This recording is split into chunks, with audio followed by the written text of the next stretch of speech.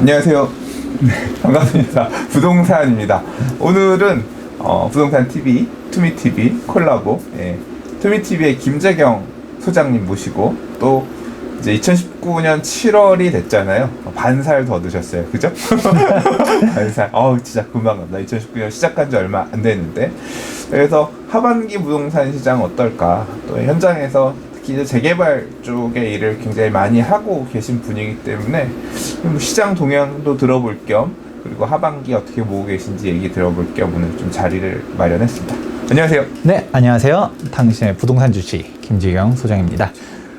그런 말도 항상 방송 나갈 때 쓰는 이제 그래요? 멘트인데 이제 나 글로만 보다가 네. 벌써 7월이에요. 안 그래도 오늘 여기 오는데 밖에 엄청 덥더라고요. 장난. 오늘 지금 진짜 미친 듯 더운 것 같아요. 이제 진짜 여름이다라고 할 때가 된 것 같은데 지금 이제 말했던 것처럼 이제 7월이잖아요. 이제 하반기가 왔는데 하반기 부동산 시장 관련해 가지고 이제 얘기를 해보려고 이렇게 준비를 해왔습니다. 네. 자, 근데 자료를 보고 네. 보는 거 보고 기죽었어. 이렇게 많이 만들면 어쩌라는 얘기야? 사실 저희가 부동산님이랑 이전부터 이제 영상을 찍을 때 보면 준비한 거는 제가 딱 혼자서 쭉 이거 혼자서 얘기하면 20분이면 얘기하겠다라고 해도 막상 찍으면 무슨 40분, 1시간 이렇게 항상 나와서 이번은 애초에 시간을 포기하고 봤습니다. 시간을 포기하고요. 네. 이걸 뭐 그럼 한 이틀 보는 거예요? 이틀 동안 일단은 지금 계획한 거는 영상을 크게 3가지 파트로 쪼개서 이제 얘기하려 하는데 아마 지금 첫 번째 지금 시청자분들이 보시는 영상 같은 경우는 제가 이제 준비한 건 크게 3가지예요. 일단 뭐냐면 기본적으로 부동산 시장을 바라볼 때 가장 핵심적인 게 수요와 공급, 아무래도 많이 얘기하다 보니까 오늘 얘기할 건 그 수요 공급 관련해서 딱 얘기를 하고 그 관통을 하는 핵심 키워드죠. 그 다음에 두 번째 영상 준비하는 거는 그러면 하반기뿐만 아니라 현 정권 내에서 부동산 투자 어떻게 해야 되는가 라고 했을 때 부동산 투자를 볼 때 이슈들 정말 많잖아요. 딱 핵심적인 3가지 키워드 준비해 봤습니다. 맨 마지막으로는 사실 이제 하반기 들어서 부동산 흐름이 좀 많이 바뀌고 있어요. 그렇기 때문에 이 흐름 도대체 어떻게 바라볼 것인가, 지금 딱 현황을 바라볼 수 있는 이슈들 딱 정리를 해보는 영상으로. 이슈는 몇 개? 그거는 개수라기보다는 이제 딱 현황을 짚어줄 수 있는 6개의 키워드와 하나의 현황 전망. 네. 그냥 지금 빨리 얘기하고 가자. 여기 준비를 해봤습니다. 그래서 네. 시청자분들도 뭐 마음에 드는 영상 이제 보시면 좋을 것 같고 이제 하나씩 올려보도록 하겠습니다. 자, 그러면 바쁘게 이제 한번 출발을 해볼까 하는데요.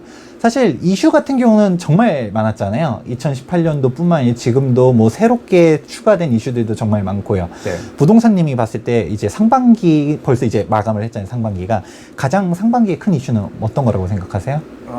가장 큰 상반기 이슈는 사실 3기 신도시였어요. 제가 3기 생각할 신도시. 때는 3기 신도시의 공급 발표가 5월 달에 이제 마무리되는 게 가장 그러니까 그날 그거 발표하던 날 카페 방문자가 가장 많이 늘었어. 그러니까 사람들의 피드백으로 볼 때는 그거였겠구나. 뭐 그 네. 정도입니다. 네. 그렇죠. 상기 신도시도 준비를 했습니다. 근데 여기 이제. 지금 준비된 키워드는 없어. 맞아요. 여기는 그냥 여러 가지들이 있는데 네. 뭐 사실 우리가 이슈들은 정말 많죠. 근데 이거를 얘기하려 했던 거는 뭐냐면 부동산에 대한 이슈들은 정말 많아요. 얘기하셨던 상기 신도시뿐만 아니라도 뭐 하나는 다 뭐 언론에 뿐만 아니라 우리 카페, 부동산 카페 같은 경우도 그렇고 뭐 이 이슈도 뭔가 중요한 것 같고 저 이슈도 중요한 것 같고 이슈는 정말 많습니다. 근데 우리가 이런 이슈들에 대해서 하나씩 일희일비하면서 휘둘리면 안 된다, 이런 생각을 저는 가지고 있거든요. 핵심이 되는 이슈를 딱 중심을 잡고서 우리가 가야 된다. 그렇기 때문에 본격적인 이슈에 들어가기 앞서서 뭐 통계를 하나 가져왔습니다. 이게 뭐냐면 OECD 주요 선진국 부동산 가격 지수예요. 이거 보면 바로 느끼는 바가 뭐 하나 있지 않으신가요? 우리나라가 저희 지금 노란색 선이네요. 그쵸. 그러니까 다른 나라에 비해서 그렇게 높지 않다. 높지 않다? 음. 사실 이거를 가져온 건 딱 그거예요. 일본하고 비교? 그쵸. 일본만 튀죠. 네, 일단 우리가 많이 얘기하는 것 중 하나가 부동산 가격이 막 비싸다, 거품이다, 이런 얘기들 정말 많잖아요. 근데 사실 부동산 가격이 폭락할 거라고 주장하는 사람들 많잖아요. 저는 어떻게 보면 대단하다고 생각해요. 이렇게 중장기적으로 봤을 때 결국 우상향을 하고 있거든요. 통계적으로 봤을 때뿐만 아니라 뭐 우리나라뿐만 아니라 전 세계적으로 봤을 때 결국은 다 올라가요. 우리가 그렇게 그 2008년 서프라임 모기지 사태가 터졌던 미국뿐만 아니라 모든 나라들도 결국은 이제 우리가 변동이라고 하잖아요. 상승과 하락이 이게 반복이 될 때 이게 올라가는 게 정확히 말하면 상승 하락이 이렇게 올라가거든요. 중장기 경제가 성장이 되고 경제 규모 그리고 화폐량이 점점 규모가 커지고 이러면 인해서 결국은 이제 우상향을 한 부분들이 있는데 하락한다라고 얘기하는 것 자체가 아무래도 좀 더 어려운 점을 이제 치는 거죠. 그런 거와 별개로 언론에서 그래서 사실 좋아하는 것 중 하나가 바로 일본을 되게 좋아해요. 부동산, 특히 부동산에 대한 얘기를 할 때, 왜냐면 우리나라도 거품이 떨어진다라고 얘기하려고 했을 때 실제로 떨어진 사례가 있으면 되게 얘기하기 좋잖아요.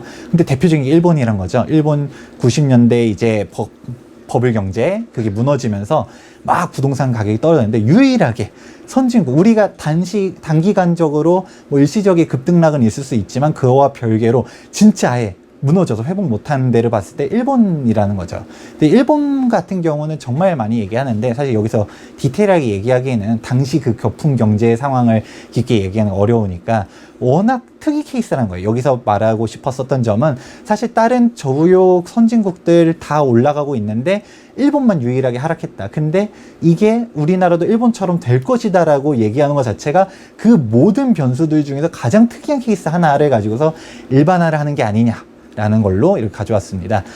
또 하나 이게 다음 페이지는 뭐냐면 사실 일본 당시 거품 경제에 대해서 얘기를 하려면 뭐 플라자 합의니 뭐 할 얘기는 많지만 거기에 대해서 디테일하게 얘기 안 하더라도 이것만 보더라도 알 수 있어요. 이게 단순 비교가 어렵다는 게 당시 일본이 거품이었던 게 부동산만 거품이었던 게 아니라 주식도 엄청나게 거품이었었거든요. 일본 부동산 니케이 지수 이거 완전 급격하게 이제 반토막 그 이하도 떨어졌는데 이거를 보면서 한국 주식시장 거품이다. 코스피도 반토막 나야 된다. 일본 봐라. 아직도 반토막 나도 회복 못하지 않았냐. 이런 얘기하는 사람들은 없잖아요. 유독 부동산만 그래프 보니까 비트코인 생각난다. 거의 그 수준의 무섭다. 그래서 이거를 얘기하는 게 사실 일본 얘기를 유일하게 떨어진 사례다 보니까 언론에서도 많이 주목하고 하지만 이렇게 간다라는 것 자체가 당시 시대상 이런 것들 정확하게 분석하지 않고서 똑같이 간다라고 얘기하는 거는 그냥 한국 주식 떡락해야 된다. 지금 반토막 나야지 적정한 거다. 일본 봐라. 이거랑 똑같은 수준의 논리라는 것입니다. 이런 것들. 그러니까 일본 부동산만 빠진 게 아니라 그쵸. 주식도 엄청 빠졌다. 그쵸. 그때 당시 상황 물어든 거를 반영하지 않고서 똑같이 얘기하는 것 자체가 어불성설이다. 이런 얘기 하고요. 네. 이거는 2018년도 우리 부동산 가격 많이 올랐다라고들 하잖아요. 네. 그런데 이제 2018년도 수도권 아파트 가격 상승률 누적치를 1년치를 한번 가져와 봤습니다. 보면서 뭐가 가장 눈에 띄시나요? 분당이 많이 올랐구나. 분당 많이 올랐죠. 광명도 많이 올랐구나. 자, 서울이 미친 듯이 올랐다라고 하는데 더 올라간 데들 있죠. 성남, 광명 장난 아니게 올랐었고요. 우리가 흔히 많이 올라갔다고 얘기하지만 지방 같은 경우는 빠졌어요. 많이 지방 침체됐고 물론 지방 같은 경우도 뭐 올라간 데들도 있긴 하지만 뭐 대표 대대광이라는 용어 요즘 뜨더라고요. 대전, 대구, 광주 이렇게 대대광. 그렇죠. 대대광이라는 용어를 보고서 처음에 이게 뭔가 했어요. 근데 유일하게 지금 부산도 다 침체가 되는 와중에 유일하게 살아남고 있는 지방 지역들 대대광 하면서 여기 나오는데 광역시 중에서 이제 부산이 가고 이제 정체되니까 대구, 대전, 광주가 또 이제 재개발 등등 이슈 맞물려서 그렇죠. 달려가는구나. 예. 이렇게 해서 뭐 대대광 얘기 나오는 것처럼 뭐 지방 같은 경우 그래도 전체적으로 이제 침체가 와는 와중에 수도권은 좀 많이 올라간다라고들 얘기하잖아요. 그래도 디테일하게 보면 또 다르단 거예요. 수도권이 다 올라간 게 아니에요. 이게 파란색으로 표시된 데들이 하락한 곳들이거든요. 여기 하락한 곳 중에서 제일 많이 하락한 데가 어디죠? 지금 눈에 가장 많이 띄는데 평택? 지금 평택이 마이너스 7%예요. 엄청 하락했어요. 이거가 여기서 이 표를 가지고서 하고 싶었던 얘기는 평택하면 떠오르는 이슈가 뭐가 있죠? 평택하면 미군 부대 이전. 그쵸. 그리고 또 고덕 국제도시. 그리고 또 뭐 있죠? 삼성 반도체 공장. 삼성 반도체 공장. 엄청 떠들어요. 엄청 떠들어. 그런데 네. 이 얘기를 하는 게 뭐냐면 사실 삼성 반도체 공장 막 들어서고 이게 악재인가요? 호재요. 호재죠. 미군 부대 오는 것도 그것도 호재인데. 미군 부대 들어오면서 막 이 기반 시설들 막 깔리고 이게 호재죠. 근데 왜 떨어졌을까? 사람들이 생각하는 거가 이거가 호재가 예를 들어 2억짜리 호재가 있다고 쳐요. 근데 악재가 3억짜리예요. 그러면 어떻게 돼요? 1억 손해. 그렇죠. 1억이 1억 떨어지겠죠. 악재네. 그렇죠. 이거를 종합적으로 봐야 되는데 사람들이 이런 것들 생각 안 하고서 막 평택이 가장 대표적이었죠. 막 업자들이 평택 사야 된다. 평택에 막 시행하면서 막 무조건 사라. 막 엄청난 호재가 있다라고 하지만 결과는 뭐냐? 마이너스 7%. 이게 결과라는 거죠. 엄청나게 공급량이 많았었거든요. 저 아는 분 중에서 서울에 있는 서울의 인기 지역의 부동산 하시던 거 정리하고 평택 가서 부동산 사무실 뭐 30평 50평 얻었다고 막 여기 좋다고 내려오라고 막 그러셨던 분 있는데 아니요 저 고덕 안 가요. 왜요? 그랬는데 별로 안 좋구나. 지금 하락을 제일 많이 한 데가 평택이었고요. 네. 사실 이거를 얘기하고 싶었던 게 평택 망했다를 얘기하는 게 아니라 지금 평택뿐만 아니라 우리가 이슈를 얘기할 때 내가 하는 이슈가 절대적이지 않다. 이거를 꼭 얘기를 했으면 좋아서 이걸 표로 가져왔습니다. 뭐냐면 또 얘기를 하는 거가 어떤 거에 대해서 손님이 이거 여기 괜찮습니다 할 때 이거 악재가 뭐가 있기 때문에 자기는 투자 못한다라고 얘기하는 사람들이 있어요. 그럼 평택의 악재는 뭐였을까요? 공급량. 공급량이 많은 게 공급이 너무 많았었던 거죠. 이게 주변 인프라 깔린 거에 비해서 공급이 너무 수요가 못 받쳐주는데 공급이 너무 단기간에 엄청 쏟아졌었거든요. 그렇다 보니까 오히려 이게 아파트 가격이 떨어지게 됐는데 이런 것들을 종합적으로 봐야 되는데 그런 것들을 놓치고 있다. 반대로 또 사람들이 내가 아는 악재가 너무 절대적인 엄청난 악재라서 부동산 다 무너질 것 같아 라고 얘기하는 사람도 있어요. 이게 저희가 안 그래도 이번 2019년도 하반기 영상이잖아요. 저희가 한 17년도 때도 경기 전망을 찍었었고 18년도 때도 경기 전망을 찍었었고 부동산 예전에 영상들 한번 오랜만에 다시 찾아서 그전에 어떻게 얘기했나 한번 들어봤거든요. 보니까 댓글이 막혔더라고요. 그게 저도 그때 욕 쓰고 맞아요. 그래가지고 다 막았어. 그때 기억나는 거가 당시 저기 업자다. 지금 뭐 부동산 가격 떨어지기 분명한데 지금 저거 뭐 팔려고 그러는 거다라고 하면서 그때 분명 제가 그냥 무조건 올라갑니다. 여러분 사세요.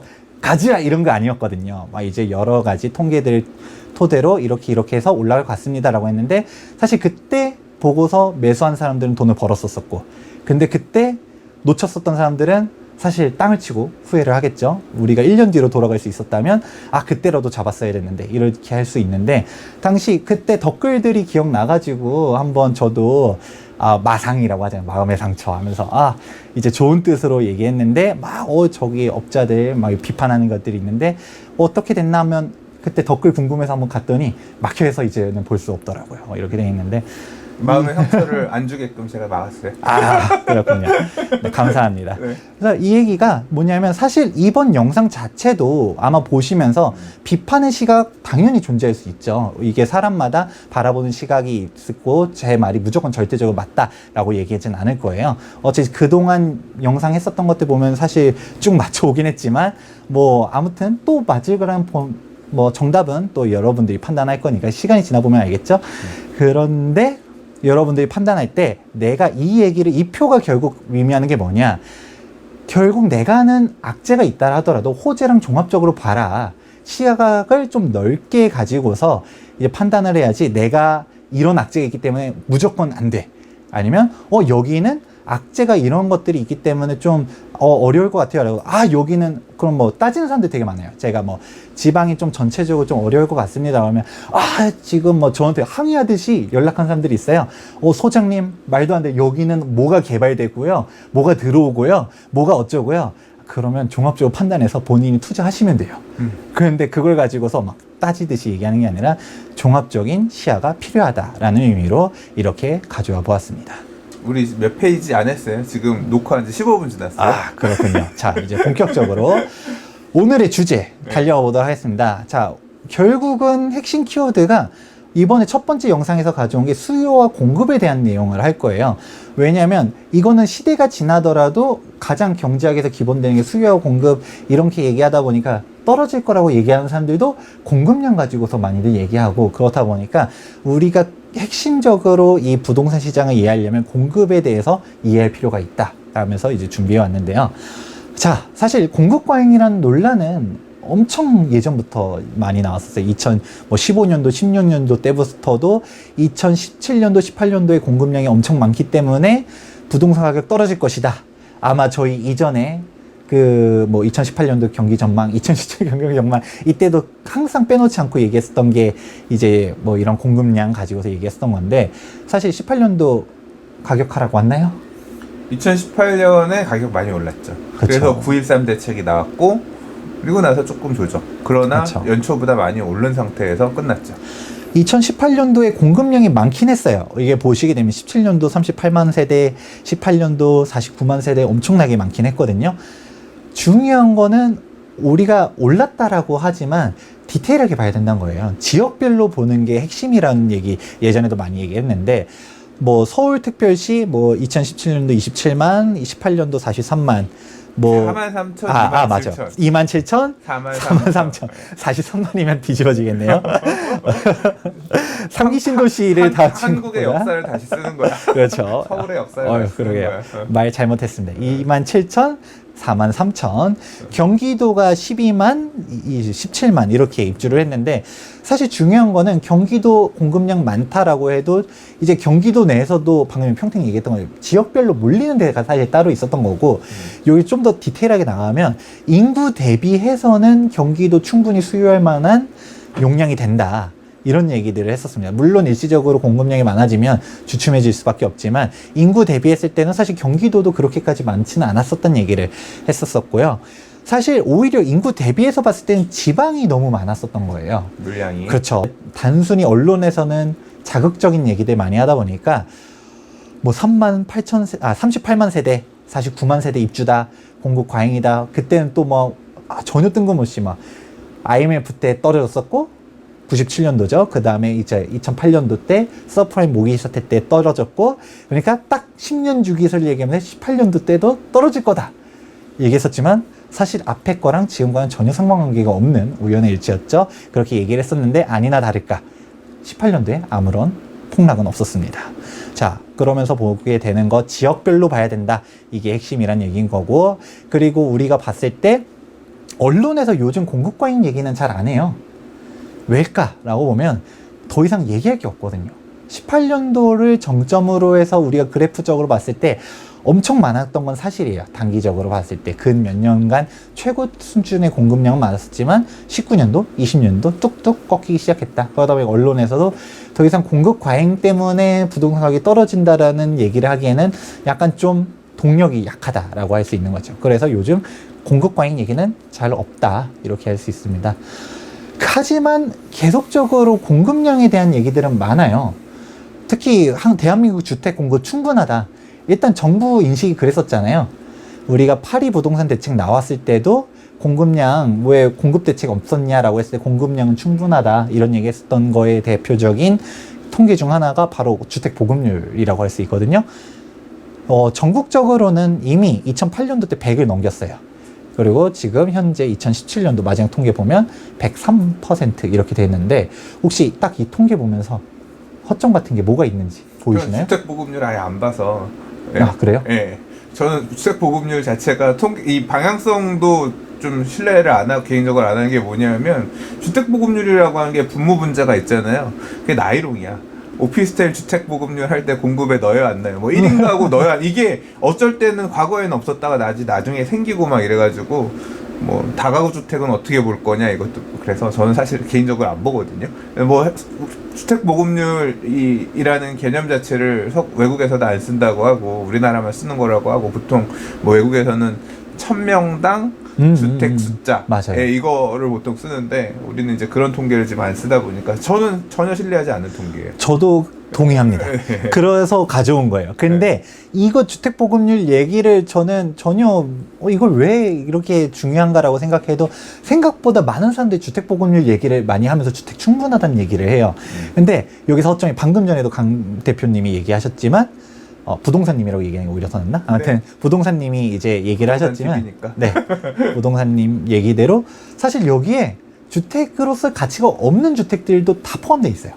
우리가 뭐 흔히 생각하는 것처럼 아파트 이런 게 아니라 단순히 빌라도 뭐 산동네에 있는 빌라, 뭐 오피스텔, 뭐 할 거 없이 그냥 다 들어가 있거든요. 그러다 보니까 우리가 주택으로서의 가치가 없는 주택들도 주택 보급률이 다 들어가 있다. 이게 첫 번째 가장 대표적이라고 할 수 있죠. 그러니까 주택으로 효용을 다하지 못하는 주택도 그쵸. 주택으로 통계가 잡히고 있기 때문에 조금 봐야 그쵸. 된다. 그 부분을 맞습니다. 얘기하고 싶은 핵심은 거죠. 주택 보급률이 충분하지 않다. 근데 웃긴 거는 서울 자체는 이 주택 보급률 그렇게 다 넣은 주택 보급률로도 100이 안 된다라고 할 수 있습니다. 이게 방금 전에 얘기랑 이어지는 건데 뭐냐면 주거 가치로서 우수한 주택들로 통계가 잡히는 게 아니라 좀 주거 가치가 떨어지는 주택들이 이제 막 가면 갈수록 늘어난다는 거죠. 공급에 대한 얘기를 막 얘기하는데 사실 시장에서 공급에서 이제 가치가 떨어져서 탈락하는 그런 부동산들에 대한 얘기는 안 하고 있어요. 나 이거 진짜 웃긴다. 연기 신도시. 맞아요. 연기 신도시 뭐야? 이게 근데 딱 맞는 표현이에요. 검색을 하다 보니까 이런 네. 표현들이 있더라고요. 네. 우리가 1기 신도시, 2기 신도시, 3기 신도시 얘기하는데 네. 우리가 전에 그 전두환 대통령 네. 때 500만 호 공약에 위해서 지어졌었던 목동, 상계동 이거를 연기 신도시로 부르는 사람들이 있더라고요. 연기 신도시. 그렇죠. 구분을 위해서 그렇다고 얘를 뭐 500만 호라고 했지만 사실 그때 500만 호 못 지었잖아요. 근데 500만 원은 처음 들어봐요. 잘 몰라. 그렇- 근데 네. 과거에 아무튼 서울 안에 택지가 많이 지을 만한 데들이 있었기 때문에 그때는 이제 이런 식으로 상계동, 뭐 목동. 개포, 목동, 뭐 고덕 이런 지역들이 다 이렇게 택지 조성들을 했죠. 네.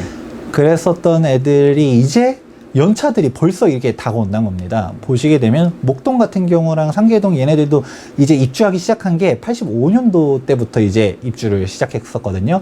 그리고 일기 신도시들도 뭐 91년도, 92년도 이렇게 이제 조성되기 시작했어요. 사실 상기 신도시를 뭐 총 다 합쳐가지고 그 외로도 상기 신도시 말고도 택지 조성한 게 총 30만 가구다. 뭐 이렇게 얘기하는 게 중요한 게 아니라 사실 시간이 지나면 지날수록 주거 가치가 떨어지는 노후 주택들이 늘어난다. 그렇기 때문에 신규 주택은 사실 꾸준히 필요하다라는 거를 좀 많이들 놓치고 있다라는 얘기를 했었습니다. 자, 보시게 되면 사실 일산 얘기가 이제 앞으로 이어지는 건데 일산이 요즘 반대를 많이 하는 것 중 하나가 일산 같은 경우도 벌써 이제 30년 차가 조만간에 다가오잖아요. 그런데 서울에서 더 가까운데 신축 아파트 대단지가 쫙 생겨버리면 이 수요들이 다 절로 간다는 거죠. 막 이렇게 하면서 얘네들은 그럼 어떻게 할 것이냐 라고 하면서 일본 얘기 좋아한다는 얘기 했잖아요. 일본도 뭐 다마 신도시 검색하면 엄청 많이 나오잖아요. 걔네들도 외곽 지역들 거의 재개발했을 때 수익성이 안 나오기 때문에 거의 다 방치되고 있거든요. 그렇기 때문에 그런 사태가 어떻게 될 것이냐도 우리도 결국 재건축 무조건적으로 규제하는 게 아니라 얘를 어떻게 처리할 것인가. 목동 같은 경우도 입지는 좋지만 사실 주차 장난 아니잖아요. 이거 뭐 이중 주차하면서 막 그 완전 저녁에 가보면 완전 도로가 다 주차장으로 변모했는데 거주 환경을 갖다 그러면 좀 개선시킬 필요성이 있는데 이런 것들이 없이 가만히 과연 공급만 막는 게 정답인가 이런 것도 생각을 좀 해볼 필요가 있습니다.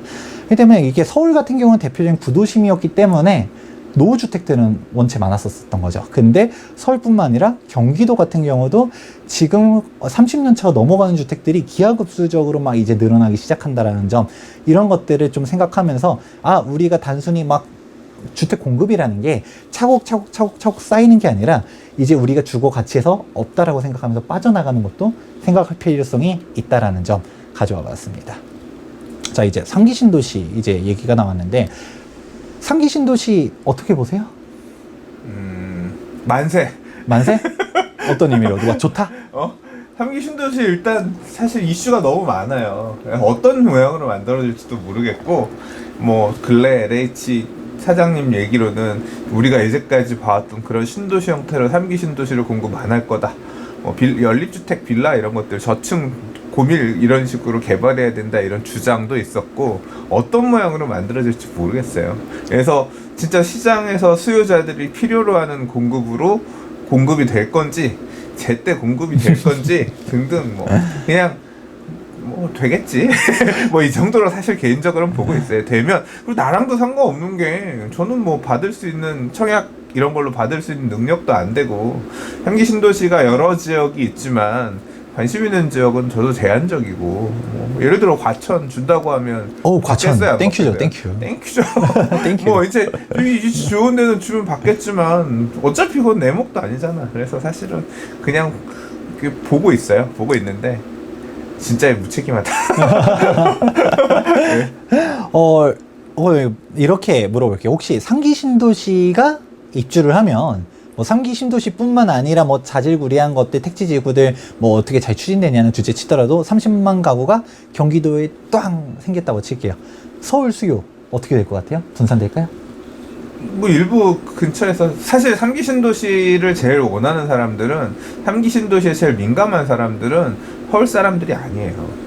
제가 이 커뮤니티에서도 3기 신도시 얘기가 그렇게 많잖아요. 부동산들 카페. 오히려 어디가 더 많냐면 아름다운 내 집깎기나 수도권 중심의 카페가 3기 신도시에 민감해요. 얘가 나한테 이득이냐 실이냐 또는 내가 갖고 있는 거에서 저걸로 갈아타야지 라든가. 근데 서울에 있는 사람들이 나 3기 신도시 가 살아야지는 조금 제한적인 거예요. 예, 그래서 저는 딱 그거에 있거든요. 서울에 있기 때문에 내가 굳이 뭐 갈 필요도 없고 이런 건데 오히려 밖에 있는 사람들 안에서는 내가 있는 지역보단 저희가 좋을 것 같으니까 절로 갈아타야지. 이제 그런 영향에 있는 딱 그 정도의 어떤 위치인 거죠. 네.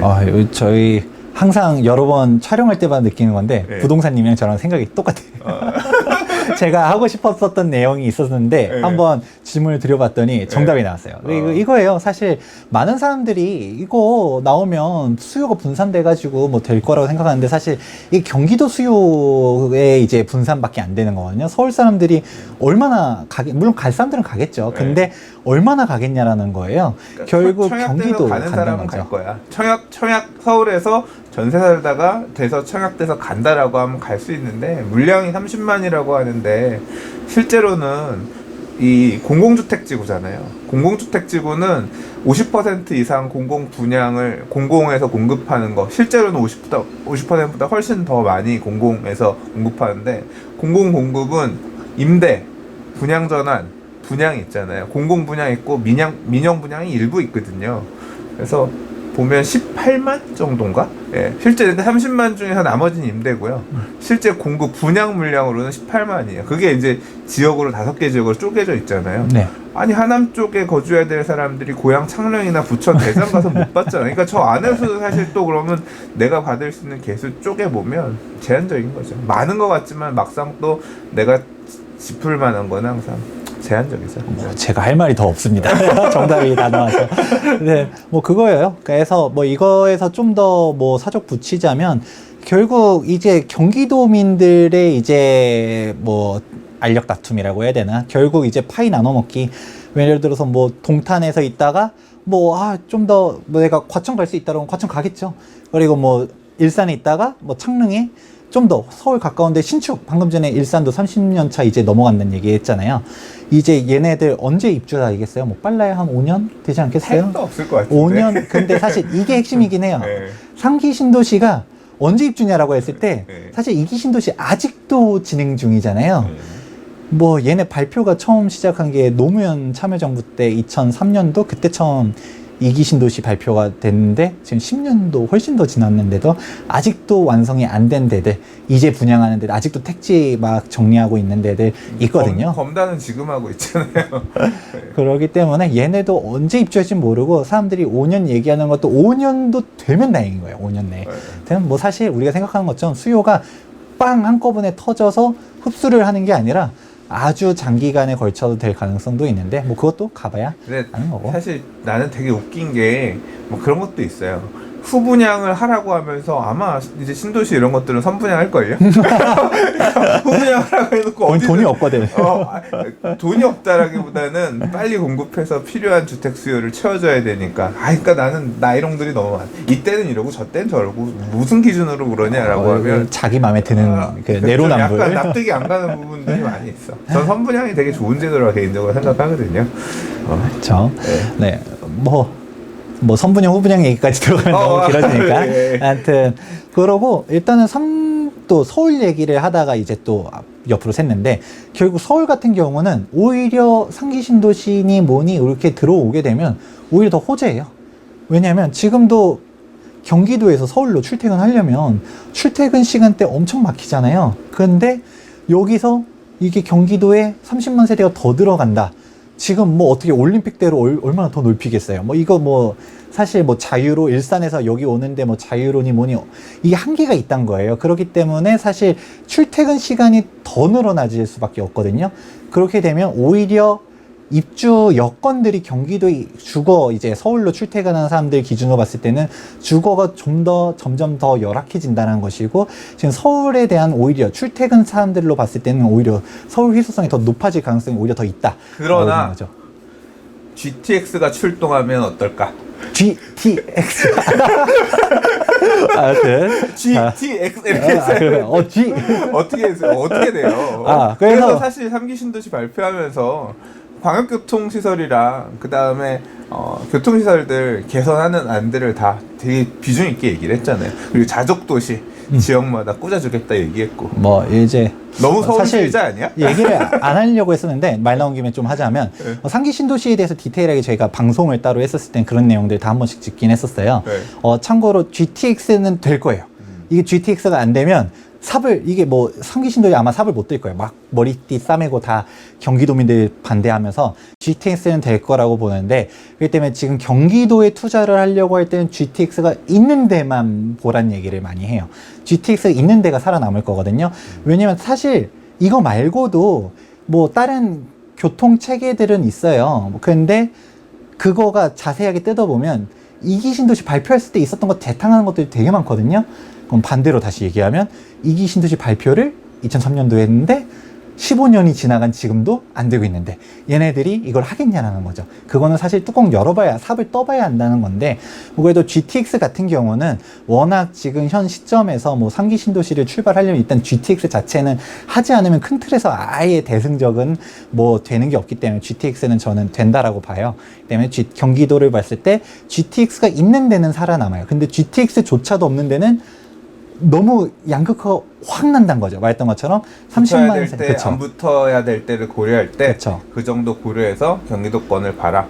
그리고 서울 경기는 차별화될 거고, 경기도 그 광역교통망을 들고 있느냐 없느냐에 따라서 차별화될 것 같다. 그렇죠. 그 얘기 정도로 정리하면 되겠네요. GTX가 있는 곳, 없는 곳, 네.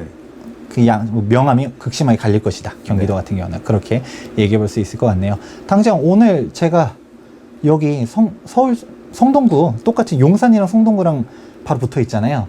여기가 열정도죠. 열정도까지 제가 왕십리에서 차를 틀고서 오는데 40분이 더 걸렸어요. 내비 처음에 찍었을 때 35분 나왔거든요. 오늘따라 차가 왜 이렇게 막히는지 모르겠는데, 이게 서울 내에서도 사실 움직이려고 하면 시간 1시간 걸리는 거 뭐 일도 아니게 걸릴 때들 많은데, 사실 어떻게 교통을 해결할 것인가 한번 잘 여러분들도 생각해 보시면 정답은 나와 있습니다. 자, 그리고 사실 서울을 제가 좋아하는 거는 있는데, 근데 사실 좋아할 수밖에 없는 게 이게 떨어질 요인이 많지가 않아요. 뭐 얘기를 하다 보면 방금 전에 얘기했었던 것처럼 서울 공급량 실질적으로 지역별로 봤을 때는 적단 얘기를 했었지만, 뚜껑을 더 까고 보면 애초에 서울 같은 경우는 뭐 빈택지에다가 짓나요? 뭐 예를 동탄, 제1동탄, 2동탄에서 뭐 17만 정도 되잖아요. 뭐 농밭 갈아엎고서 막 짓는 게 아니라 서울 같은 경우는 뭐 재개발 아니면 재건축 이렇게밖에 될 수 없다 보니까 멸실주택을 고려할 수밖에 없어요.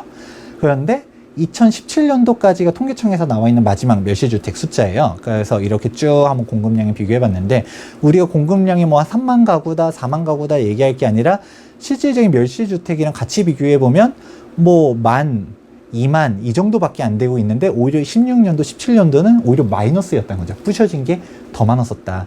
서울은 구조적으로 공급량이 더 확 그렇게 우리가 생각한 것처럼 늘기가 어려운 곳이다. 얘기해 볼 수가 있을 것 같습니다. 근데 이 표는 약간 맹점이 있어. 뭐가 맹점이 있냐면요. 2010, 11, 12, 13, 14는 대표적인 부동산 경기 안 좋던 시절이잖아요. 그러니까 그때는 경기가 안 좋으니까 재개발, 재건축 2주도 안 한 거야. 그쵸. 그래서 멸실이 없었어. 근데 지금 2016, 17은 불이 붙었을 때잖아요. 그러니까 열심히 또 재건축들이 멸실한 거지. 그래서 17, 18년도, 19년도까지 멸실이 좀 있다가 또 이제 2주 안 하면 그 이후는 또 다시 2010, 11, 12, 13과 같은 그래프로 될 것 같은데요. 물량들 다시 올라가고. 그렇죠. 근데 중요한 네. 거 핵심은 여기서 얘기하는 게 저기처럼 우리가 뭐 대표적으로 송파 헬리오시티 얘기를 많이 하잖아요. 거기가 9,510세대, 뭐 거의 1만 세대 공급이다라고 하면서 떠들지만 거기 일반 분양이 1,500 정도밖에 없었거든요. 우리가 사실 뭐 재건축 아니에요. 부셔서 그래도 임대 어떻게 아파트 포함해서 3,000개 늘어났어요. 6,600세대였어요. 9,510세대 됐으니까 그 임대 행복주택의 임대까지 포함해가지고 3,000대 정도 늘어났거든요. 그러니까 걔는 저층 아파트였기 때문에 순증이 걔는 있었던 단지긴 해. 그래도 뭐 우리가 받을 수 있는 건 아니었으니까요. 어쨌거나 그 임대 그렇죠. 들어간 이제 사람도 공급이니까 그것도. 예. 올라간 것들이 있는데 네. 뭐 핵심은 우리가 근데 언론에서는 애초에 그것도 얘기를 안 하잖아요. 그냥 1만 세대 빵 터지는 것처럼 얘기를 하는데 네. 그런 게 아니다. 결국 부셔지는 숫자를 고려해야 된다. 말했던 것처럼 뭐 중요한 거는 뭐 나중 가가지고 이제 재건축 이주할 것도 많이 없어졌다라고 하면 근데 사실 앞으로가 재건축할 거는 점점 더 많아지긴 하거든요. 말했던 근데 것처럼 멸실은 어느 시점 가면 거의 줄지 않을까요? 왜냐하면 이제 공급이 재건축도 어느 시점 이후부터는 안 될 거 아니에요. 그쵸. 이게 뭐 걔네들은 사업성이 안 나오고 뭐 지금 예를 들어 1기 신도시 중에서 되게 좀 위치 안 좋아서 재건축 요인이 안 되는 경우 같은 경우는 멸실 안 할 거 아니에요. 그럼 멸실량은 줄겠지. 서울 아파트가 사실은 어떻게 보면 그 선행 지표처럼 멸실 안 하면서 아파트 멸실량은 좀 난 줄어들 것 같은데. 뭐 줄어든다라고 해도 뭐가 됐든 간에 이 표의 핵심은 순증이 우리가 생각하는 것처럼 네. 다 100% 증가가 아니다. 그리고 말했던 사실 이 표의 이제 시기적인 언밸런스는 있죠. 왜냐면 얘는 부셔지는 거는 지금 부셔지는 건데 여기에 포함되어 있는 거고 당장 이제 공급량은 그 다음에 이제 이루어지는 거잖아요. 지난 한 2년, 3, 4년간은 아무튼 공급보다 멸실이 더 많았다. 그쵸. 예, 서울 안에 아파트가 사라지는 효과가 더 있었다. 그렇기 때문에 서울이 사람들이 왜 공급 많다라고 하는데 서울은 왜 가격이 올랐나 했을 때 지금 오히려 16년도, 17년도, 뭐 18년도는 멸실 통계 나오는 거 봐야 알겠지만 오히려 부셔지는 게 더 많았었다. 이렇게 얘기해 볼 수 있죠. 그런데 공급에 대한 이슈 얘기할 때 아직도 공급 과잉, 공급 폭탄 얘기하면서 아직 서울 무너질 거다 얘기하는 사람들 있어요. 보다 보면 뭐 얘기하냐면 강동구 많이 얘기하더라고요. 올해 12,000. 그쵸. 뭐 송파 헬리오시티 같은 경우도 뭐 2018년도 뭐 안 떨어졌지 않았냐 이때 헬리오시티도 사실 18년도 하반기에 입주한다. 강동구부터 해서 막 쭉쭉쭉쭉쭉 입주한다 하면서 막 아직 서울에 막 이제 뭐 어디 도봉구 이런 데 입주하는 게 아니라 그래도 강동구만 해도 위치 괜찮으니까 여기 입주하면 타격이 좀 있을 거다라고 하는 사람들 많거든요. 이게 2019년도 같은 경우는 강동구가 제일 많아요. 다른 데들은 별로 표에 거의 미미하게 있는데 강동구에 그냥 팍 몰려 있습니다. 자, 2019년도 강동구 이제 강동구가 대표적으로 이제 고덕 그라시움 얘만으로도 거의 5,000세대. 이게 2019년도 9월달 얼마 안 남았네요. 네. 이제 몇 달 뒤에 솔벤이 이제 입주하고 있고, 그렇죠. 예, 그라시움 이제 입주하고, 그다음에 저 7단지 베네루체랑 그다음 5단지 센트럴 아이파크랑 또 입주할 겁니다. 예. 이렇게 입주가 2020년도까지 했을 때 16,000세대가 쫙 입주를 해요. 예, 아르테온도 내년에 2월에 입주 쫙 물려 있네요. 그렇게 해서 입주를 하기 때문에 아직 공급에 대해서 이제 하락론자들이라고 얘기를 하잖아요. 하락에 대해서 얘기하는 사람들은 지금 송파 헬리오시티 뭐 입주 대란 올 거라고 생각했었더니 왔지. 전세는 왔었죠. 아니, 이제 매매도 좀 매매 같은 약세긴 경우도 했지. 근데 이제 결국 우리가 생각하는 것처럼 스프링처럼 이렇게 폭락이 그렇죠. 올 거라고 기대한 사람들은 폭락이 안 왔던 거죠. 네. 근데 이거에 대해서 헬리오시티는 이제 전조전에 불과하다. 이제 강동구가 다가온다 얘기하는데 어떻게 생각하세요? 그거에 대해서? 뭘 알면서 물어봐. 사실 저 아파트들 지금 저기에서 거론된 아파트들 다 좋은 데들이에요. 고덕 그 상일동 고덕동이죠. 거의 재건축들 같은 경우는 제가 2003년도 이럴 때 다녔었는데, 그러니까 송파에서 돈 밀리면 그 다음에 이제 둔주로 갑니다. 둔촌주공 가고 둔주에서 돈 밀리면 이제 고덕 제일 먼저 가는 게 고덕 2단지. 그다음 맞은편에 있는 뭐 3단지, 4단지 5단지, 6단지 뭐 이런 데들 다 봤었거든요. 그래서 져놓고 나면 저기도 택지지구였던 데이기 때문에 지구 단위 계획부터 해가지고 다시 재건축한 데들이라서 좋아요. 다시 이제 강동구 안에서는 되게 선호되는 아파트 주거 지역들 되겠죠. 그래서 뭐 그런데 그렇기 때문에 이제 하락문자들을 대변해 보자면 이제 얘기를 들어보면 단순히 어디 뭐 서울 외곽 지역에 안 좋은데 그냥 뭐 만세대 들어오는 것도 아니고 지금 위치가 괜찮은데 방금 전에 딱 고덕 괜찮다는 얘기 했었잖아요. 위치 괜찮은 곳에 공급량이 확 쏟아지기 때문에 폭락이 올 것이다. 이거에 대해서는 어떻게 생각하세요? 그러니까 조정은 있죠. 이게 전세 가격도 밀리고 매매 가격도 영향이 없을 수는 없어요. 근데 그게 반대로 기회지. 매수 의사 있는 분들한테는 그런 것들을 봐가지고 진짜 예상한 것처럼 그렇게 빠지면 그때가 매수 타이밍이 될 수도 있는 거고, 져놓고 나서 2년차, 4년차, 6년차 되면 또 반대로 강동구도 진짜 물량 없어요. 얘네들 끝나고 나면 할 것도 이제 별로 없단 말이야. 이 동네에선 제일 짱짱맨 좋은 아파트. 자, 제가 네. 하고 싶은 얘기는 사실 이거였죠. 뭐냐면 신축 아파트가 입주하는 게 악재냐라는 거죠. 그건 악재가 아니죠. 호재예요. 네. 사실 이게 여기서 이제 하락문자들이 이제 뭐 놓치는 것 중 하나가 공급량만 많이 열심히 얘기하면서 이제 신규 공급이 늘어나기 때문에 이제 떨어질 거다. 수요가 이거 다 커버 못한다. 이렇게 얘기를 하는데 뭐 수요가 뭐 충분하냐 아니냐 나중에 또 얘기하겠지만 그거에 대해서 커버를 못한다라고 했을 때 그러면 이게 신축 아파트가 막 들어서는 건 그럼 악재로 받아들여야 되냐? 사실 반대로 호재라는 것이거든요. 이게 뭐냐면 2018년도 아파트 가격 상승률이고요. 또 이제 빨간색, 파란색 해놓은 거가 2018년도에 아파트가 입주량이 가장 많았었던 상위 10개구 그리고 하위 10개구를 표시했어요. 보면서 뭐 상관관계가 있어 보이시나요? 아파트 입주량이 많았던 상위 10개구가 빨간색? 네, 빨간색. 그리고 파란색은 아파트 입주량이 적었던데요? 네. 근데 아파트 입주량이 적었던 애들이 상승률이 더 높았네요? 그런가? 그런 것 같은데? 상관관계가 없다가 정답이에요. 그러네. 이게 지금 뭐 성동구, 뭐 동작구, 뭐 얘네들 뭐 영등포, 뭐 이거 뭐 공급량이 많아서 올라간 것도 아니고 적어서 올라간 것도 아니고 여기는 중심 지역이었기 때문에 올라간다가 이제 핵심이었던 거죠. 뭐 강동구 같은 경우도 이제 상승률 이제 상위 10개 빨간색으로 이제 표시가 돼 있는데 가장 많이 올라간 데들 빨간색으로 이제 그 퍼센테이지 써 있는데 제가 여러 번 얘기했던 것 중 하나가 우리가 신축 아파트가 입주하는 거는 호재예요. 뭐냐면 이게 이제 주거 환경이 개선된단 말이에요. 왜냐면 단순히 오래된 아파트 아니면 뭐 빌라 재개발 지역들 막 있었던 것보다 아파트가 싹 들어서고 나면 동네가 달라진다는 거죠. 전에도 한번 얘기한 적이 있었지만 우리가 마용성 할 때 성동구 들어간다는 얘기.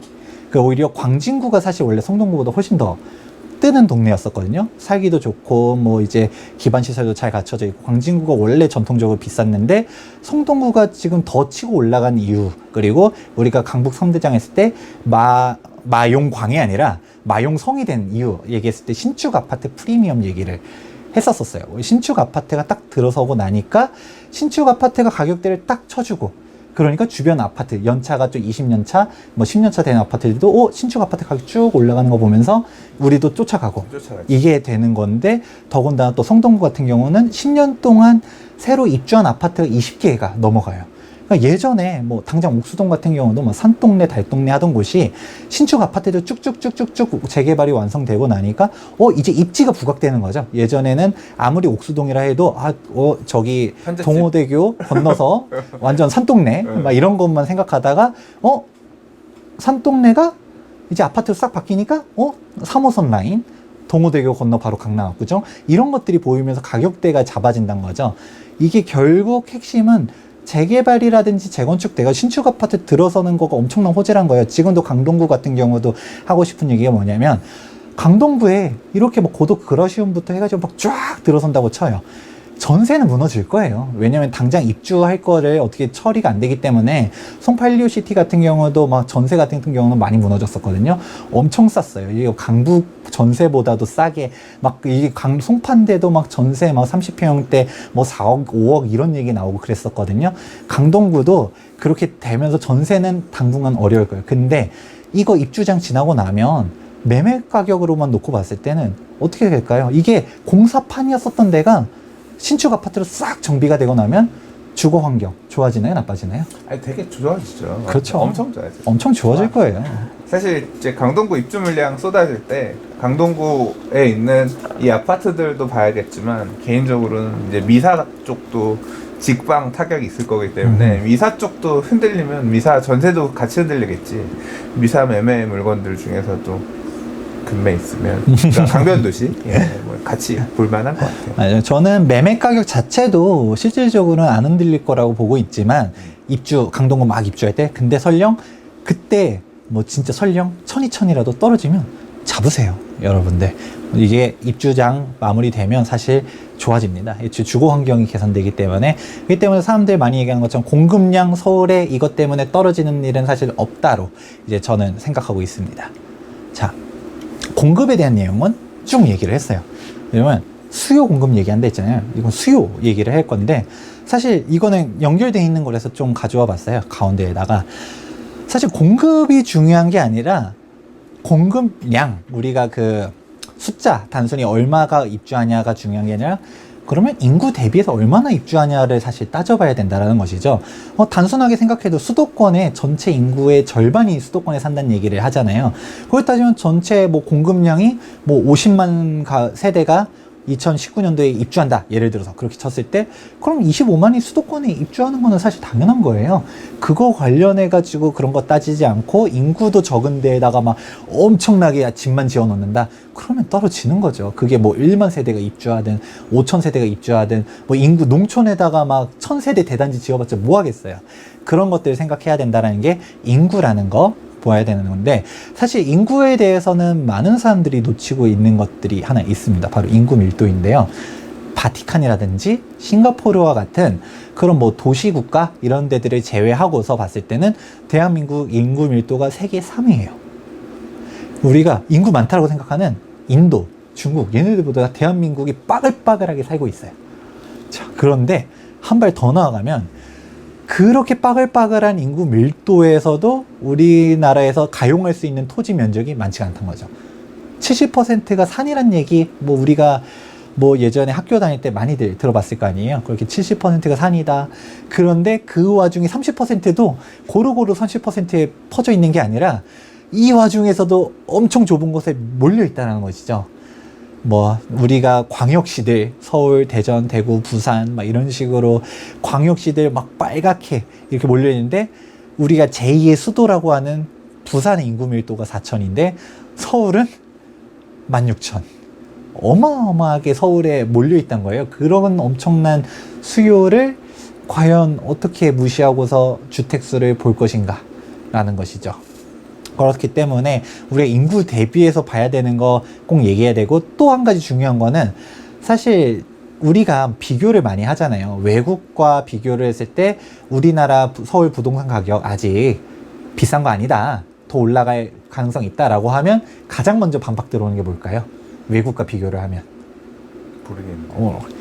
가장 먼저 얘기하는 게 경제 규모가 다르다는 얘기를 많이 얘기하고요. 외국이랑 그렇죠. 뭐 소득이 다른데 미국에 돈 많이 번다. 그렇죠. 뭐 도쿄의 부동산 가격 얘네는 뭐 몇십억 막 몇백억 하는데 뭐 서울은 아직 제일 비싼 강남 뭐 해도 뭐 이제 30평대 뭐 30억 아직 멀었다 막 이렇게 얘기하는 사람들 뭐 물론 단순하게 얘기할 수는 없어요. 근데 그거를 갖다가 걔네 일본 애들 경제 체급 자체가 다른데 뭐 미국 경제 규모가 다른데 뭐 그걸 갖다가 단순 비교하면 안 된다 얘기하는 사람들 있거든요. 물론 맞는 말이에요. 그러고 또 이제 얘기하는 거가 소득 대비해서 봐야 된다 뭐 이런 것들 하면서 다른 나라 했을 땐 비판들 많이 해요. 근데 많은 사람들이 놓치고 있는 게 일단 절대적인 인구 밀도를 이제 안 보고 있다는 거죠. 여기서 인구 밀도 얘기하면 또 얘기하는 사람도 있어요. 도쿄의 인구가 서울보다 더 많다더라. 베이징의 인구가 훨씬 더 많은데 얘기하는데 상대적인 인구 밀도를 봐야 되는 거예요. 여기서 말하는 거는 우리나라 대한민국 전체 인구에서 수도권에 집중돼 있는 그런 인구 밀도랑 일본 같은 경우는 인구가 1억이 훨씬 넘어가잖아요. 거기에서의 도쿄 인구랑 봤을 때 우리나라처럼 원액 구조로 갖다가 수도권 중심지로 몰빵이 돼 있는 데가 없어요. 다른 데들도 막 중심 지역 그 부도심 되는 도시들이 이제 있거든요. 당장 미국 같은 경우도 뭐 수도가 어디예요? 워싱턴. 사실 워싱턴은 행정 수도로서의 기능만 하지 그게 아니잖아요. 경제라든지 뭐 다른 데도 막 그리고 도시 규모들도 다른 데들도 엄청나게 크거든요. 근데 우리나라는 수도권에 엄청나게 몰려있다. 이런 데가 또 없다라는 것이죠. 이런 거를 생각 안 하고서 비교하는 것도 사실 좀 웃기지 않나라는 것이죠. 또 인구 얘기하는 거가 인구 줄 거다. 또 하나 얘기하는 거가 인구 결과론적으로 줄 건데 부동산 이제 공실 넘쳐날 거다 얘기를 많이 하잖아요. 언제 줄어요? 언제 줄 건데요? 이제 10년 뒤? 전 몰라요. 이제 통계청 자료를 보면 앞으로도 계속 올라가요. 왜냐면 노령 인구들이 요즘 이제 사망률이 점점 이제 노인 인구들이 계속 늘어나고 있고 100세 시대라는 얘기가 공공연하게 나오다 보니까 인구는 계속 31년까지 계속 늘어난다고 하지만 사실 이 통계 자체도 예전에는 인구가 언제부터 줄 거다라는 게 계속적으로 늦춰지고 있어서 뭐 그때 가봐야 알겠지만 사실 여기 지금 가장 마지막으로 나온 통계 기준으로 봤을 때는 2031년도를 정점을 찍고서 줄기 시작한대요. 근데 줄면 어디가 줄겠냐는 거죠. 당장 지방부터가 무너진다는 인구 소멸은 거죠. 지방부터 지방 소멸. 그쵸. 지방 소멸이라는 얘기 들어보셨을 거예요. 왜냐하면 당장 일본 얘기를 많이 하지만 일본도 도쿄 중심지 같은 경우는 오히려 예전만큼 회복했다는 얘기들도 기사 찾아보면 있고 오히려 우리나라로 따지면 경기도로서의 위치가 있는 뭐 다마 신도시라든지 이런 데들 막 노인 인구들만 있다. 신도시도 망했다. 막 이런 얘기하고 농촌들 막 공가주택, 영인주택 얘기 나오잖아요. 결국 주거 가치가 없어지는 데들이 그러고 당장 그럴 것 같아요. 만약에 지금 앞으로 농사 누가 가서 지을 거야? 그러게요. 그러니까 농사는 앞으로 누가 지을 건지 난 안 할 거야. 우리 애들 때에서는 누가 가서 할까? 우리 때에서도 누가 가서 할까? 지방에 누가 가서 살까? 그러니까 뭐 지방 소도시들까지는 어떻게 가는데 산업 자체가 완전히 좀 달라지지 않을까? 근데 지방 소멸 문제는 되게 사실 저희 부모님이 지금 귀촌하셔서 충청도에 계신데 충청도 분은 아니세요. 근데 충청도 가셨는데 가보면 베트남 사람들 와서 일해요. 그러니까 농촌에 일하는 사람이 외국인 노동자들이야. 그래서 우리나라 농사는 외국 사람들이 와서 지을 수도 있겠다.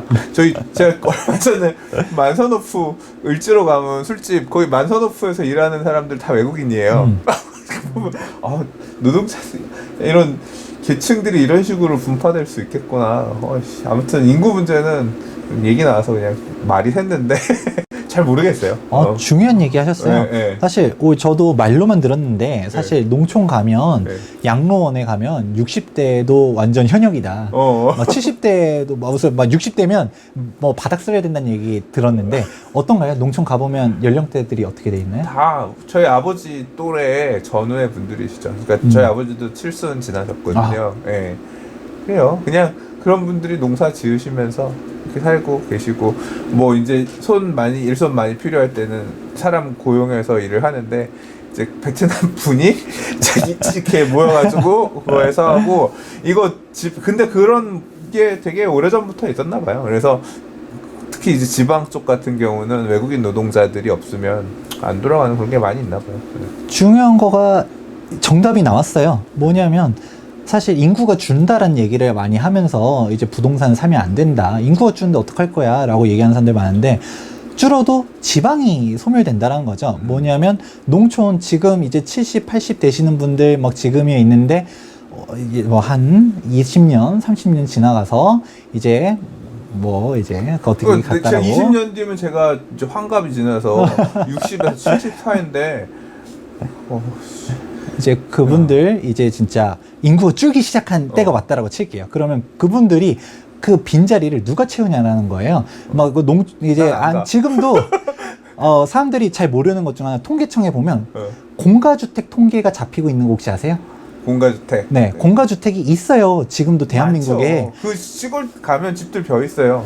6천만 원이래. 대지 100 몇십 평에 집이 있어. 근데 사시다 돌아가시고 나서 그 집이 그대로 있는 거예요. 아버지가 저보고 야 저거 좀 사라. 6천만 원이야. 나 그래서 너 그래서 한 번씩 와서 쉬면 어떻겠냐. 아버지 돌아가셔도 이 집 저 물려주지 마시고 사회에 환원하시는 잘 쓰고 가세요. 저는 이 집 받기 싫어요.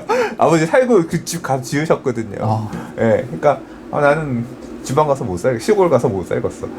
지금 아무리 주택 가격이 싸도 지방 방금 얘기한 것은 안 가고 방금 전에 사회 환원하라는 얘기 했잖아요. 일본에서는 이거를 뭐 상속을 안 받는 거예요. 왜냐하면 내가 이거 가져봤자 아무것도 안 되고 임대 수익도 0이고 영엔에 팔겠다라는 게 그냥 가지고 있어봤자 재산세만 더 나간다는 거죠. 세금 문제가 우리나라보다 훨씬 심각해서 그런 이슈가 있긴 하지만 우리나라도 그러니까 저도 당장 서울 사람이고 서울에서 나고 자라서 콘크리트 이런 것만 보고 살았는데 그런 시골 생활을 할 거면 그 토지를 갖다 줘도 어떻게 활용할 건지 머리만 아프지 미련이 없어. 요만큼의 미련도 없거든요. 근데 그런 세대들 저부터 그런데 저희 애들은 더 심할 거 아니에요. 그렇죠. 네. 아니, 얘기가 자꾸 지금 30분 한다 그랬는데 1시간 했어. 1시간. 그래요. 1부만 벌써 1시간째 얘기하고 있는 부동산 TV 지금 여러분 지켜보고 있습니다. 좋아요와 구독하기 눌러주세요. 네. 하여튼 그게 왜냐면 이거 계속 얘기하는 거가 이게 핵심인 거예요. 인구가 감소된다라고들 사람들이 얘기하지만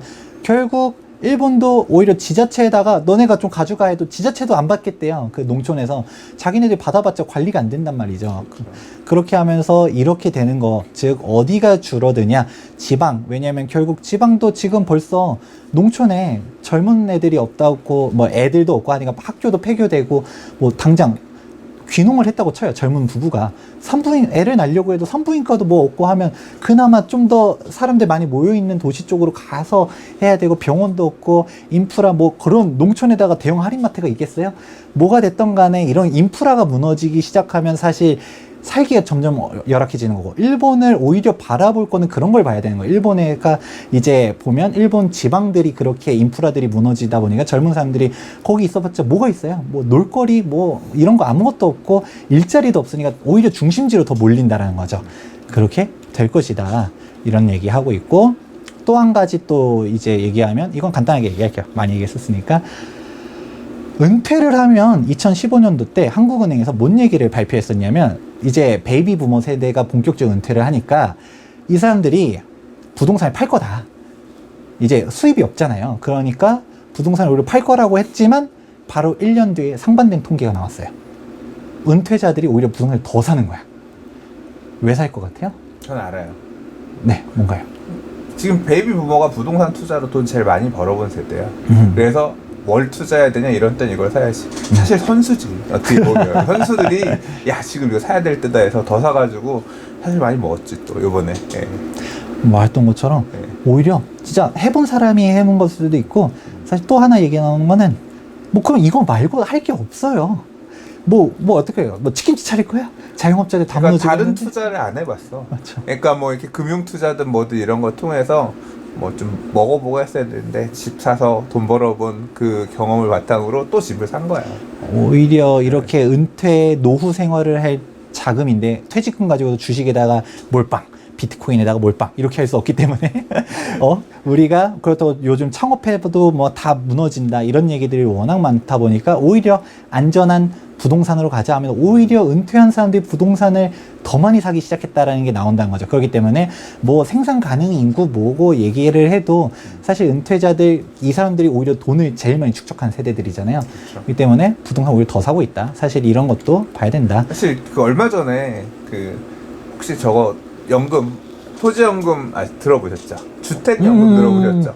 이게 양도소득세 부분만 잘 피해갈 수 있으면 나는 이 다주택자가 돼서 주택 하나를 주택연금 묶어가지고 돈 나눠서 죽을 때까지 받고 그 다음에 팔고 그러면 그러니까 좀 세테크 측면에서도 좀 빠져나갈 구멍도 이런 것도 있을 것 같아요. 주택연금 아주 좋게 보고 있습니다. 네, 그러니까 지금은 가입 조건이 되게 까다로운데 얼마 전에 허들을 되게 낮춘 걸로 알고 있거든요. 네. 네. 아무튼 그러니까 그런 것들 고려해서 생각해 볼 만하다. 이제 오늘 1시간짜리 영상 끝났습니다. 자, 이게 뭐 결론은 뭐냐? 그냥 서울로 그쵸. 끝나네. 그쵸. 이 얘기하려고. 그렇죠. 이 많은 얘기를 했는데 결국 뭐 서울뿐만 아니라 이제 뭐 다른 광역시들 있잖아요. 이런 데들만 살아남는다라는 거죠. 왜냐면 인구가 이렇게 줄게 되면 진짜 이제 뭐 하락론자들이 좋아하는 인구가 줄기 때문에 부동산 가격이 떨어질 것이다라고 얘기할 거면 오히려 지방이 오히려 더 위험하지. 거의 지방 중에서도 광역시들 딱 지금 뭐 대전, 대구, 광주, 부산 이런 식으로 광역시들 딱 산업이라든지 모든 게 막 밀집되어 있는 데들이 살아남는다. 그리고 또 우리나라 대한민국 서울 같은 경우는 전 세계적으로 알 수 없을 만큼 너무 서울 중심적인 그런 체제를 갖추고 있고 워낙 이거는 사실 사회적인 문제긴 해요. 이걸 깨기 위해서 뭐 행정수도라든지 뭐니 뭐 계속 지방 뭐 고루고루 발전시키기 위해서 뭐 노력들은 하고 있지만 그럼에도 불구하고 서울에 이렇게 너무 당장 인구 자체가 뭐 지방으로 이전하라고 해도 뭐 다들 싫어하잖아요. 그러니까 사실 이걸 깨기 위해서 노무현 대통령 시절에 뭐 혁신도시 만들고, 그러니까 지방 분권화 전략, 행정복합도시를 세종시 갖다 만든 것도 사실은 그 일환이잖아요. 그쵸. 그래서 되게 웃기죠. 그 세종시 쪽 출입하는 기자분들 또는 이제 공무원분들 얘기해 보면 골 때리는 것 같아요. 맨날 KTX 타고 출퇴근하는 분도 계시고, 뭐 회식하게 되면 다시 세종시 내려가야 되니까 서울역 주변에 그 서울역에서 딱 근처에서 회식 끝나고 서울역에서 KTX 타고 다시 내려가게끔, 이제 그래서 그 동네가 회식하기 되게 좋은 가게들이 좀 사실 웃긴 총국들이 나오고 있는데, 결국 그러니까 정부는 이런 서울로 집중되는 현상을 막기 위해서 굉장히 정책을 많이 펴왔고, 지금도 사실 뭐 도시재생 정책이라고 하는 게 지방에 어떤 그런 힘을 실어주기 위해서 정책적으로 되게 노력을 하고 있는데, 이게 생각처럼 잘 안 되죠. 그러니까 시장의 니즈와 정책과 이게 언밸런스 하면서 따로 가고 있는 건데, 이게 우리나라만의 문제가 아니고 외국도 되게 심각하대요. 그러니까 지금 아까 지금 뭐 일본도 얘기했지만, 일본도 관광이라든가 특수한 아이템을 가지고 관광지로 성장하고 있는 관광지들 이런 데들은 집값 엄청 오른 반면에 아닌 지역들 같은 경우는 소멸을. 그래서 일본 같은 경우는 그 콤팩트 시티라고 해서 그런 거 통해서 극복하려고 뭐 지금 하는 별도의 그것도 있고. 그런데 그러니까 이게 뭐 영국이라든가 뭐 서구에 있는 나라들도 이제 이런 문제들에서 자유롭지 못한 것 같아요. 그래서 서울도 그렇다. 뭔가 네. 지방이 살아날 수 있을 만한, 옛날에 우리 막 진짜 30년 전 이럴 때 보면 미래 시대에는 재택근무가 일상화되면서 이런 집중화 현상이 해소될 거다. 막 그렇게 예측했었거든요. 왜냐하면 그래서 직장 가서 일할 필요 없이 다 화상통화 뭐 이렇게 해서 하면 된다 그랬는데, 오히려 반대로 그런 거 다 필요 없이 더 오히려 이 5G의 시대가 열리면서 더 모여가지고 집중해서 그 안에서 뭔가를 만드는 그런 시대로 바뀌고 있어서, 이 서울 집중화 현상뿐만 아니라 뭐 얘기를 하면 되게 긴데, 뭐 공유 경제 이런 것도 따져보면 되게 웃겨요. 과거에는 그러니까 테헤란로 대로변에 있는 건물들이 있고, 여기는 너무 비싼데 면적을 되게 크게만 주기 때문에 작은 영세한 규모의 그 세입자들이 그 메이저한 빌딩에 못 들어갔대요. 그쵸. 그래서 이제 그 대로변에 이면에 있는 뭐 5층짜리 이런 중소 빌딩에 뭐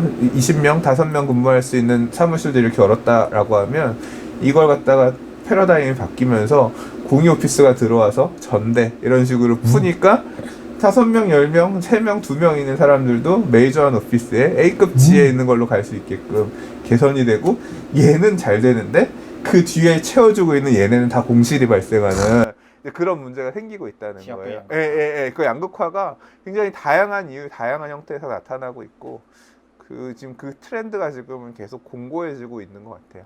주거 시설에서도 그렇게 나타나고 있고, 업무 시설에 나타나고 있고. 네. 구현 설명이 너무 길었습니다. 네. 좋은 얘기. 네. 네. 이렇게 지금 얼마나 녹화한 거죠? 1시간. 1시간 3분. 네. 자, 지금 이 얘기를 길게 얘기했었는데 결국 첫 1편이죠? 우리 1편 찍었습니다. 뭐냐면 결국 이슈들은 되게 많아요. 근데 사람들이 계속 주구장창 얘기하는 게 결국 수요 그리고 결국 공급 이거에 대해서 정리하지 않는 이상은 자꾸 사람들이 또 이때는 어떻게 되냐, 또 이때는 어떻게 되냐 얘기를 하다 보니까 수요 공급에 대해서 아주 깊게 한번 정리를 쭉 해보았었습니다. 이제 아마 시청자 여러분들도 같은 경우도 보시면서 내가 생각한 거가 좀 어땠는지, 이렇게 생각해 볼 수도 있는지 잘 보시면 좋을 것 같고요. 저희는 이어서 2편에서도 찾아오겠습니다. 자, 그러면 뭐 좋아요와 좋아요와 구독하기는 사랑입니다. 다음 편에서 뵐게요.